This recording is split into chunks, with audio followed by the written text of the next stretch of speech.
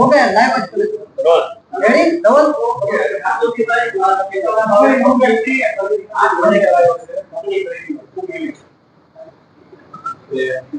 જ્યારથી આ દેશમાં નરેન્દ્રભાઈ મોદીએ વડાપ્રધાન પદ સ્વીકાર્યું છે ત્યારથી હંમેશને માટે તેઓ બોલે છે કે મારે ખેડૂતોની આવક ડબલ કરવી છે, મારે મારા દેશના ખેડૂતો સમૃદ્ધ થાય એ દિશામાં જરૂરી કાર્યવાહી કરવી છે.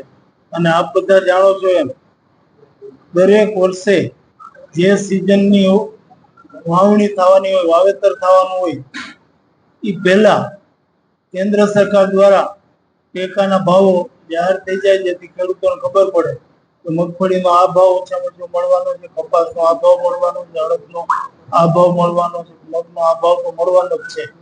એ પ્રમાણે એ લોકો વાવેતર કરે અને એટલું ટેકાના ભાવ જાહેર કરી અને સરકાર સંતોષ માનતી નથી. જ્યારે જરૂર પડે અને બજારમાં જે તે જણસીના ભાવો ઓછા હોય અને ખેડૂતોને આર્થિક નુકસાન જતું હોય ત્યારે ટેકાના ભાવે જે સરકારે જાહેર કર્યા એ ભાવે પૂરતા પ્રમાણમાં પારદર્શી રીતે ઝડપથી ખરીદી થાય એના માટેની કાર્યવાહી પણ દરેક સિઝનમાં થઈ રહી છે. એટલે સમયસર ટેકાના ભાવો સરકાર જાહેર કરે છે. ભાવ જાહેર કર્યા પછી એની ખરીદી સમયસર કરી અને ખેડૂતોને આર્થિક નુકસાન ન જાય એના માટે પણ સરકાર પૂરતી કાળજી લે છે અને સરવાળે એનાથી ખેડૂતોને ખૂબ મોટો ફાયદો થાય છે. ટેકાના ભાવ જે જાહેર કર્યા છે, દાખલા તરીકે મગફળી, કપાસ હજી વાવેતર કરવાનું બાકી છે, કારણ કે આ ખરીફ પાક છે. આખા દેશમાં ખરીફ પાકને લગભગ 14 જેટલી જાતો એના ટેકાના ભાવો સરકારે જાહેર કરી દીધા. હવે જ્યારે વાવણી થશે અને આ જાતોનું ઉત્પાદન બજારમાં આવશે એ પહેલા સરકાર ખરીદી માટેની વ્યવસ્થા પણ કરશે, જેથી ખુલ્લા બજારમાં ભાવ નીચા હોય તો સરકાર ટેકાના ભાવે ખરીદી કરી અને ખેડૂતોને આર્થિક નુકસાન જતા બચાવી શકે.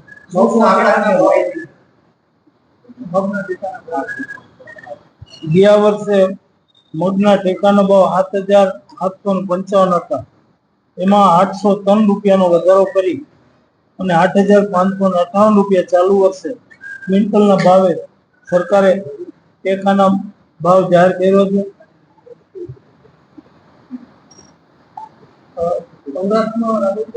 વરસાદ આ વખતે ખેંચાયો છે. અમુક વિસ્તારમાં સારો પડ્યો છે, અમુક વિસ્તારમાં ખેંચાણો કે વરસાદ સામાન્ય રીતે આખા દેશમાં 25 જૂન પછી ચોમાસું સત્તા રીતે બેસે. આ વખતે હવામાન ખાતાની આગાહી હતી થોડું વહેલું બેસવાનું, પણ સંજોગો વરસાદ હજી ક્યાંય વ્યવસ્થિતપણે વરસાદ થતો નથી. છૂટો છવાયો પ્રી મોન્સૂન એક્ટિવિટી જેને કહી શકાય એવી રીતે છૂટો છવાયો વરસાદ થાય છે. પણ હવામાન ખાતું જે આગાહી કરે છે મુજબ લગભગ આ અઠવાડિયામાં સમગ્ર ગુજરાતમાં વરસાદ થઈ જશે અને અત્યારે જો અઠવાડિયામાં વરસાદ થાય તો આ વાવણી સમયસરની કહેવાય. એટલે સમયસર વરસાદ થાય એવી આપણે આશા રાખી છે. ચાલુ વર્ષે હવામાન ખાતાએ જે આગાહી કરી છે એ મુજબ અલ નીનોની અસર છે એ સમાપ્ત થઈ ગઈ છે અને હવે લા નીનોની અસરની શરૂઆત થઈ, જેના પરિણામે ચાલુ વર્ષે સ્કાયમેટ અને અમુક જે હવામાન માટેની આગાહી કરતી સંસ્થાઓએ એવી આગાહી કરી છે કે આપણે ત્યાં 104% કરતા પણ વધુ વરસાદ થશે અને આપણે તો જેટલો વરસાદ થાય એટલો ઓછો જ છે. એટલે સારા વર્ષની આપણને પૂરી આશા છે. સમયસર વરસાદ થઈ જશે એની પણ આશા છે અને આ વર્ષ ખેડૂતો માટે ખૂબ સારું રહેશે એવું જ્યોતિષીઓ, હવામાન નિષ્ણાતોથી માંડી અને બધા લોકો આગાહી કરે. તંત્ર સાથે વાતચીત થઈ હશે. અતિ ભારે વરસાદમાં તંત્રની શું તૈયારી? કારણ કે તમારી મંત્રી પણ આપ છો, આપણે બેઠક કરી હશે. આપ બધા જાણો છો એમ આ સરકાર કુદરતી આપતી વખતે ખૂબ જ એલર્ટ રહી છે.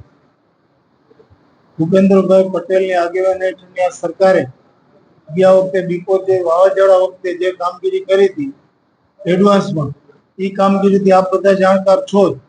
એવી રીતે અમારું ડિઝાસ્ટર મેનેજમેન્ટ વખતો વખત જ્યારે આગાહીઓ આવશે આવી કોઈ કુદરતી આફતની તો એડવાન્સમાં જ એના માટે જરૂરી પ્રિવેન્ટિવ એક્શન વ્યવસ્થિત લેવાઈ જાય. કોઈ જાનહાની જાનહાની ન થાય, ફુવારી ઓછી થાય, એના માટે સરકાર પૂરેપૂરી સતર્ક છે અને એના માટે અમારા માનનીય મુખ્યમંત્રી શ્રીની આગેવાની હેઠળની આ સરકાર પૂરા પગલાં લેશે એવી